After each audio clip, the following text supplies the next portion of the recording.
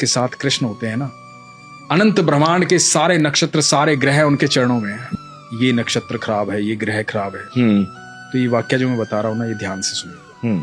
तो हुआ यूं कि जब भगवान 5 जगह मांगने आए थे कौरवों से, कहा था कि 5 जगह दे दो, पांडव आराम से रहेंगे, तुम आराम से रहना, कोई झगड़ा कोई विवाद कोई युद्ध नहीं।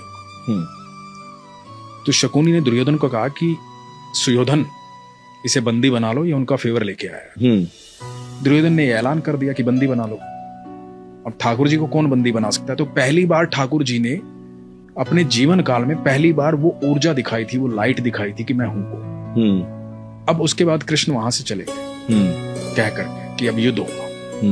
और धृतराष्ट्र ने राज ज्योतिषी को बुलाया ये जानने के लिए कि क्या होना चाहिए, क्योंकि उन दिनों एस्ट्रोलॉजी बिल्कुल, और आप सोचिए उस समय कितने प्रखंड पंडित होते हों, प्रखंड बहुत, मतलब बहुत ग्रह नक्षत्रों की दशाएं कैसे बता देते हों। बिल्कुल बिल्कुल। तो राज ज्योतिषी को बुलाया, राज ज्योतिषी से पूछा कि क्या करना चाहिए बताओ। तो राज ज्योतिषी ने कहा कि महाराज सुयोधन की कुंडली में राजयोग, कोई हरा ही नहीं पाएगा, निश्चित तौर पर विजयी होंगे, निश्चित तौर पर राजा बनेंगे, आप युद्ध करो। और सिर्फ इस बात पर युद्ध का ऐलान हुआ और युद्ध शुरू हुआ।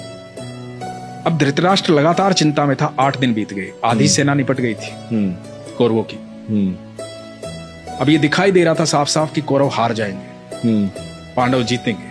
तो फिर से बुलाया गया राज ज्योतिषी को। धृतराष्ट्र बैठे हुए हैं, महात्मा विदुर बैठे हुए हैं, और राज ज्योतिषी को पूछा गया कि भाई ये क्या हो रहा है?